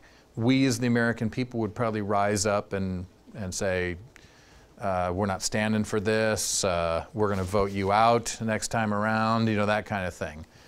They didn't vote FDR out in 1944. FDR did that very same thing in 1942, and the American people re-elected him in 1944. So the American people are the ones that judge whether the president has acted for the good of the country or not, ultimately. Okay, so that's Jeffersonian. Does that help in terms of where he's going? Here's another statement by Jefferson giving you indication that he holds to a Lockean notion of prerogative. He says, a strict observance to the law is doubtless one of the highest duties, but not the highest. The laws of necessity, of self-preservation, are higher. So adherence to the law and constitutional bounds of power are important, but in times of crisis and necessity, you may have to go outside of it. And that's what Jefferson argues that sometimes executives have to do. Lincoln is going to make a more constitutional argument in this regard. Okay, and then I believe this might be, yeah, this is the last thing I want to look at today. So however long this takes us, and then we'll be out of here. You had a chance to read about Jackson. Let me tell you another little interesting story in another massively controversial election. When Jefferson is elected in 1800, the Democratic Republicans so control American politics, but by the time you get to, I don't have it on here, by the time you get to the 1820s, you have a situation where the sitting President of the United States runs uncontested for re-election. This is known as, and get ready to hug each other, this is known in American politics as the era of good feeling. I see it back here. These guys are embracing, and it warms my heart to see it. Picture everybody in the United States just warmly hugging each other and no political divisiveness at all. And Monroe says, I think I'd like a second term, and everybody in America says, wonderful, nobody will oppose you.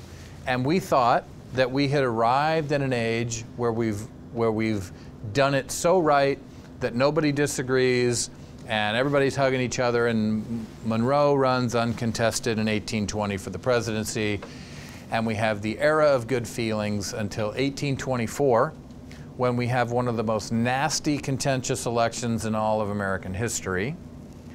And what happens in 1824 is we have another one of these deals where nobody gets the magic number of electoral votes.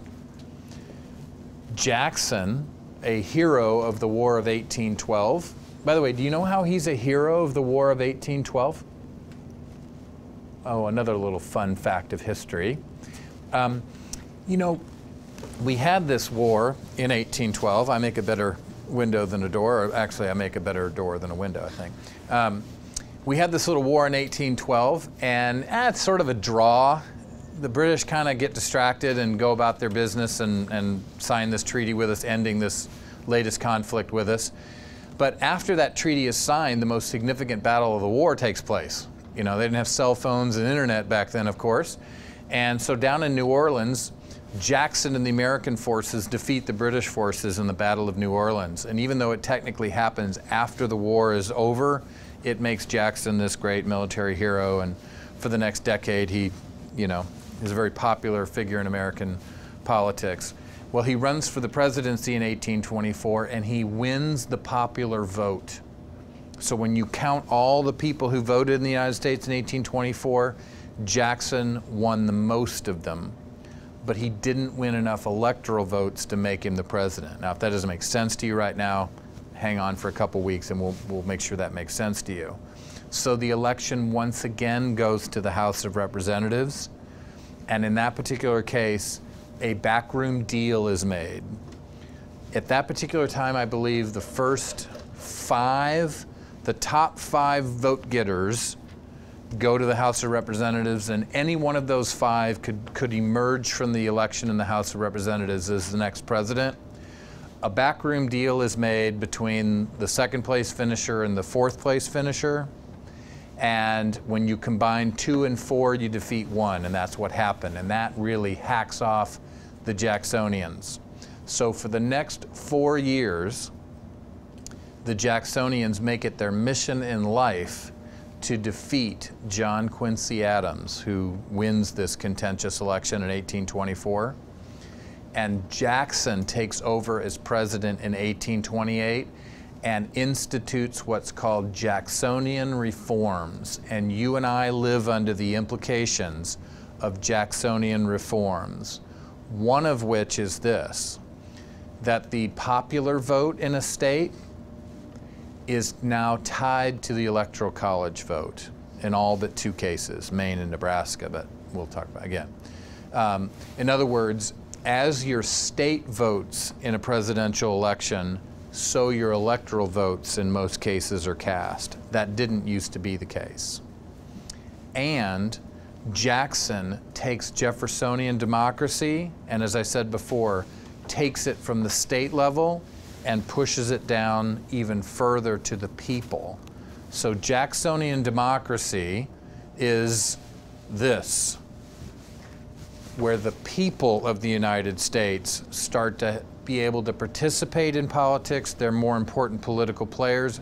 Up until this point, politics is mostly a game for political elites. Now with Jacksonianism, and they have 4 years to ramp this up, they win in 1828, they win again in 1832, and they institute Jacksonian Reforms, and they empower people to play in the game of politics. And as you'll see here in 2 weeks, it's during this era where you have the institute or the start of mass political parties. The Democratic Party that you call the Democratic Party today starts during this era. Anybody who hates Jackson Party is called the Whigs, and they start up in the early 1830s too. They have national party conventions. They do a lot of the same things that we do today. It all starts in 1830. So this is a very important era. This is a very important concept for you to know in American politics. Have you ever heard the phrase, "to the victor goes the spoils"? That comes from this era. So think about it. If politics is something that I can be a part of now as an average American, unlike before that was just a game played by political elites, what happens when I work for my man Jackson to get elected? Now he can reward me. And Jackson institutes what's called the spoils system, where he puts his cronies in charge of things after he gets elected. So after you get elected, you know, you start going, all right, who got me here? And you start doling out great little government jobs. Now the problem with the spoils system is that if your guy loses, you're out of a job. Now think about why that would be a bad deal. Why would it be a bad situation where every time a president loses re-election, if the new guy comes in and puts his new guys in, why does that create, what's bad about that, you think? I mean, the good part about it is that, you know, I as president would know that in general the people working for me would be loyal and they're not undercutting me. That's the good part of it. What's the bad part of it though? Please, no, go ahead. Like no experience. Yes, just starting over. Think about jobs that you start, you know? Yeah, I mean, it takes a little while for you to ramp up and get good at your job. Well, just about the time you're getting good at your job, your guy loses and you're out of business and some new guy has to come in and now he has to go through that same process. So what they started to see was this constant turnover didn't lend itself to great efficiencies in government. So starting around the end of the 19th century, going into the 20th century, they have what's called civil service reform. And certain government jobs are now protected against the political process. So maybe some of your parents or some people you know may be civil servants of some sort, and they are insulated. So if Obama loses, they're not sitting there watching their television on that November night going, oh, I'm out of a job. I mean, some people are going to be out of a job. I mean, some people at certain levels of the federal government, if Obama loses, will be out of a job. If Hillary Clinton is watching next November and she sees that her boss, Obama, loses, it's likely she's out of a job pretty soon and she better get a resume out there, right? Maybe for President of the United States, ladies, I mean, there will be one person on the Democratic side celebrating if Obama loses in 2012, and it will be Hillary, because if he wins, she may never get to run for presidency, but we'll see. So civil service reform is an effort to get away from the spoils system. So again, what is Jacksonian democracy? It's taking Jeffersonianism to the next level. Jefferson wants to empower states and re-democratize America in that kind of way. Jackson wants to take it to the next level and push power down to the common people. And there were literally animals housed in the White House during Jackson's age. You could have walked into the White House and there would have been animal pens on various and sundry floors of the White House. That's how sort of common things were. During the Jacksonian era, the doors to the White House were generally unlocked, and if you knocked on the door, it's quite likely that the president himself would have answered the door. What are you selling, Girl Scout cookies? I mean, literally, you could do this. Up to even Lincoln's day in the White House, if you wanted an audience with the president, the bottom floor of the White House was open to average people, and they could come in and sleep on the floor hoping to catch the president as he walked by in the morning. That's a result of Jacksonianism and empowering the people sort of the deal. And that's the roots of the Democratic Party, is in the Jacksonian era. So the true founding of the Democratic Party, as you'll see in 2 weeks, happens during that era. And that's what Democrats more point to in terms of their origins, sort of we're the party of the people, this kind of thing, and they're pointing back to that era. We hope you enjoyed this message. Biola University offers a variety of biblically centered degree programs, ranging from business to ministry to the arts and sciences. Learn more at biola.edu.